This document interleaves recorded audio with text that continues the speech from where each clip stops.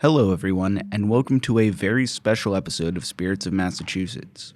I'm Cody Mason, and for our Halloween episode, we've got a big story to cover: the Lizzie Borden house.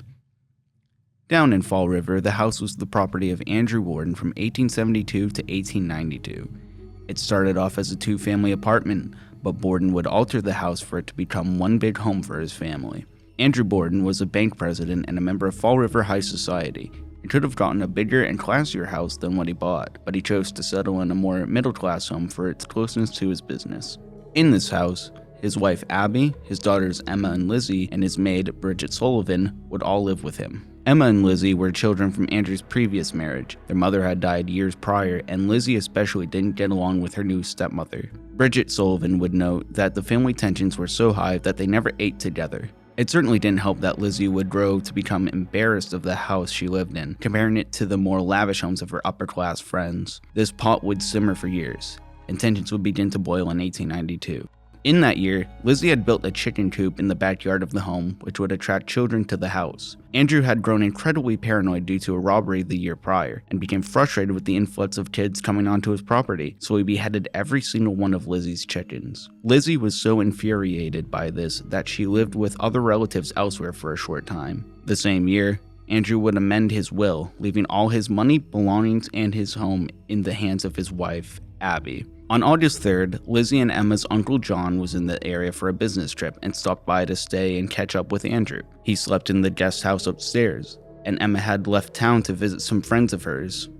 The next day, John left after Bridget served breakfast, and Andrew left to go on a walk, while Abby took care of the guest house. While she was in the guest room, she was attacked with an axe and was struck in the back of her head nearly 20 times. Andrew would return home 2 hours later, but the door jammed, and he called Bridget for help. Bridget, while helping to open the door from the inside, heard Lizzie laugh from upstairs, but paid no further attention to it. Once Andrew was inside, he rested on his favorite bench and would never awaken. At 11 a.m., Lizzie called for help and told Bridget to get a doctor, for Andrew Borden had been struck by the same axe used to kill Abby. Andrew received around 11 blows, one of which chopped his left eyeball cleanly in half, and doctors pronounced him dead. In the living room, autopsies were performed while police questioned Lizzie and Bridget. Lizzie's story kept changing, claiming to be in several different areas of the house, already painting her in a suspicious light. She had told the officers of her father's paranoia and fear that he had been poisoned, as the entire family had gotten sick the week prior.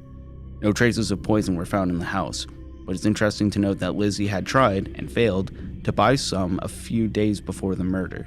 She also suggested someone had broken into the house, but all the doors were locked, and there were no signs of forced entry.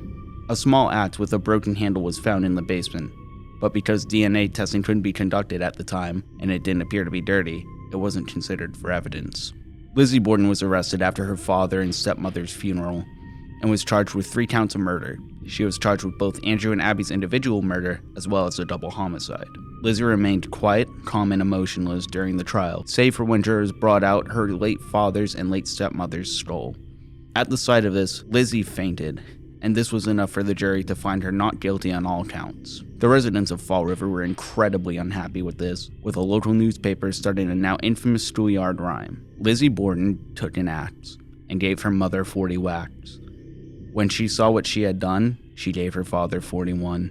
Lizzie would continue to live in Fall River in a different house until her death in 1927. Over a century later, the Lizzie Borden house has been turned into a bed and breakfast museum, dedicated to the mysterious murder that had taken place that fateful day. The bench that Andrew was murdered on remains in the same room, in the same exact spot. The spirits of Abby and Andrew are said to roam the house to this day, and are reportedly polite to guests. It seems Andrew had grown more fond of strangers visiting his home in the afterlife. Guests have brought spirit boxes to the home, and Andrew typically answers politely when questioned. Other guests have seen a woman in a gray bun roaming the halls of the home, believed to be the ghost of Abby Borden. Lizzie's spirit may also live there, as the new owners of the home have had guests report the sound of a woman crying in the room over from where they were sleeping. The stories don't stop there. Even in the year of 2024, guests report that spirits are still active in the house. There's video evidence of doors opening on their own, photo evidence of spirits and shadow figures, photographs being thrown across rooms, and more.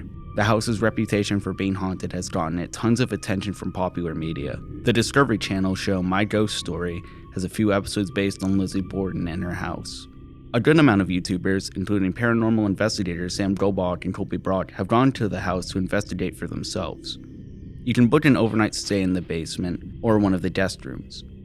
If you don't feel like spending the night, you can book a daytime tour, though you may not get too much paranormal activity this way.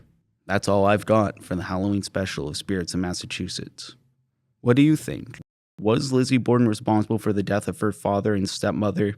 Could the ghosts in the house be as friendly as they seem? That's for you to decide. I'm Cody Mason, and this has been Spirits of Massachusetts.